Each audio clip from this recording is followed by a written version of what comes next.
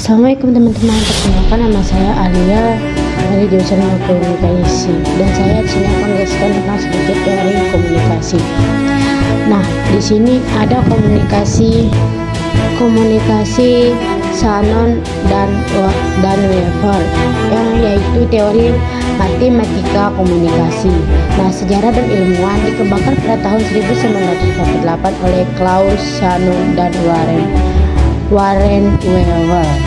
Awalnya digunakan dalam konteks komunikasi teknis seperti telekomunikasi, kemudian diadaptasi ke komunikasi manusia. Nah, di sini juga ada pengembangan dan proses contoh kasus. Di sini perkembangannya itu menjadi model dasar teori komunikasi linear, diadaptasi oleh ilmuwan sosial untuk memodelkan komunikasi antar manusia. Proses dan cara kerjanya yaitu proses komunikasi digambarkan sebagai aliran dari pengiriman pesan, saluran penerima dengan gangguan noise sebagai faktor penghambat. Contoh kasusnya yaitu seorang dosen menyampaikan materi kuliah melalui mikrofon rusak atau noise sehingga mahasiswa tidak memahami isi pesan. Teori traksional Barlow.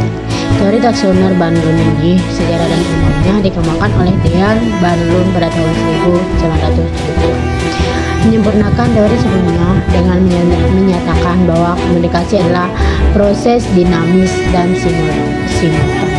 Perkembangan teori ini yaitu menekankan bahwa setiap orang adalah pengirim dan penerima secara bersamaan. Proses dan cara kerjanya di teori ini yaitu melibatkan konteks fisik, sosial dan psikologis, serta simbol verbal dan non-verbal yang terjadi terus-menerus.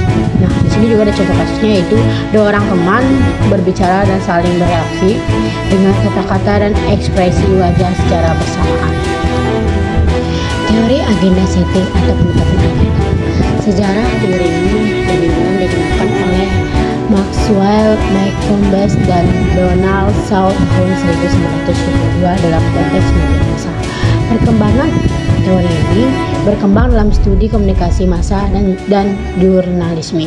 Pada fokus pada bagian media mempengaruhi perhatian publik terhadap isu-isu tertentu. Proses dan cara kerjanya teori ini, media tidak mengatakan apa yang harus dilakukan, tapi mengatakan apa yang penting untuk dipikirkan. Nah, contoh dari teori ini yaitu pemilu. Media terus-menerus memberitakan isu ekonomi sehingga publik menganggap ekonomi adalah isu terpenting saat memilih.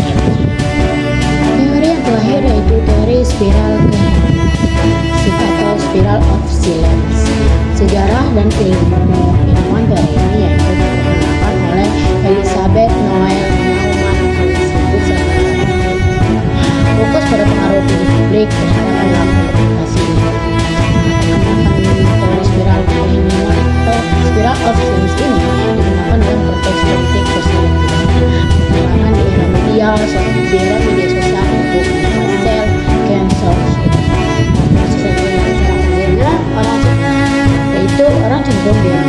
Orang cenderung diam jika opini mereka berbeda dengan mayoritas karena takut dikucilkan. Nah, contoh kasusnya itu seorang pegawai tidak berani menyuarakan kritik terhadap kebijakan kantor karena semua rekan kerjanya setuju. Sejarah teori-teori komunikasi. Nah, sekian penjelasan dari saya. Wassalamualaikum warahmatullahi wabarakatuh. Terima kasih.